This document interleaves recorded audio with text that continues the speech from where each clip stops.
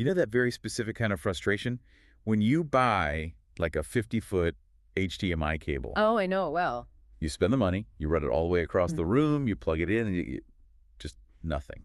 Or maybe, if you're lucky, a flickering green screen. It's the digital cliff. It's just the worst. With the old analog signals, you'd get a snowy picture. It would degrade gracefully. Right. But with digital, it either works 100% or it fails completely. And that is exactly why we're doing a deep dive on this Thor Broadcast kit today. The model number is a bit of a mouthful. It is the F-HDMI-4K-TxRx. But the idea behind it is actually really simple. It's all about solving that distance problem. We're looking at the sources to figure out how you move 4K video, not just across a living room, but, well, across a town. Right, because that 50-foot cable you were talking about, the problem is just physics. Copper wire has resistance. So the signal just gets weaker and weaker. It degrades, yeah. And copper also acts like this giant antenna for electromagnetic interference, EMI. So if I run that cable past my fridge, or even just a big power string, You're going to get dropouts, for sure. Now, this device we're looking at, it just completely sidesteps that problem.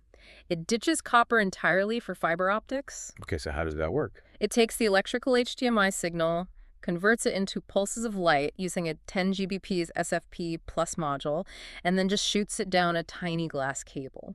And SFP Plus is that little modular slot you see on high-end network switches and stuff, right? Exactly. Small form factor pluggable. It's a standard. And because it's using light, not electricity, it's completely immune to that interference. So you could run this cable right next to a high-voltage line. You can run it through an elevator shaft, yeah. And the video wouldn't flicker. Not once. Okay, let's talk about scale here, because long distance for video usually means, getting from a media closet to a projector. The specs on this Thor unit seem, well, they seem aggressive. Aggressive is the right word. If you're using multi-mode fiber, which is kind of the standard thicker cable, you can get a kilometer of range. A full kilometer? That's already pretty wild. But if you swap that little SFP Plus module out for one that uses single-mode fiber... Which has a much tighter laser path for longer distances. Correct. With single mode, this kit is rated for 10 kilometers. Wait, 10 kilometers? That's... what, over 6 miles? That is 6.2 miles. Yep.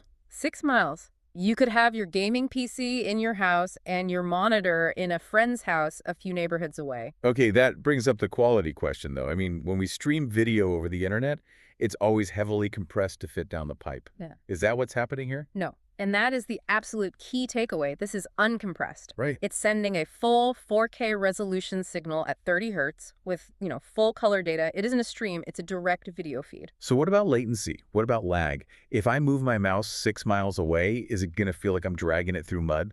The spec sheet says the delay is less than 1 millisecond. 1 millisecond. For context, a person's reaction time is what, like 200 milliseconds? Around that, yeah. So this is effectively instant. You absolutely would not be able to tell the difference between this and a computer sitting right under your desk. But hold on, there's a logistical problem. If my computer is 6 miles away, how do I pause the movie I'm watching? My remote control isn't going to reach. Ah, and that is the return path. So video goes one way, from the source to the screen, but control signals need to go the other way. Okay. So this kit has a return IR feature. You point your normal TV remote at the receiver unit by your screen. And it just digitizes that little infrared flash and shoots it back up the fiber optic cable. Precisely. It then reblasts that same IR signal out of the transmitter unit right at the source device. It also supports RS-232 for, more professional automated control systems. I can definitely see the professional use case here. Stadiums, university campuses, huge digital signs. But for a regular power user, why spend almost $1,000 on this? 2 words. Noise and heat. Ah, interesting. Go on. Think about a high-end gaming PC or a video rendering workstation. They're loud, they're hot, they kick out a ton of heat into your office. Yep. With this, you can stick all that noisy, hot hardware in a cool, soundproof closet in the basement or even in a different building and have a completely silent, cool desk setup that performs exactly like a local machine. It really just turns the computer into a utility, doesn't it? Yeah. It's like water or power. Yeah. You don't need the water pump in your kitchen, you just need the faucet. That's the perfect analogy. It really challenges what we think of as a personal computer. I mean, if the screen and keyboard are here, but the actual processing is 10 kilometers away with 0 lag, does it even matter where the box is anymore? A completely decentralized future for our personal hardware. Definitely something to think about. That's it for this deep dive. Thanks for listening.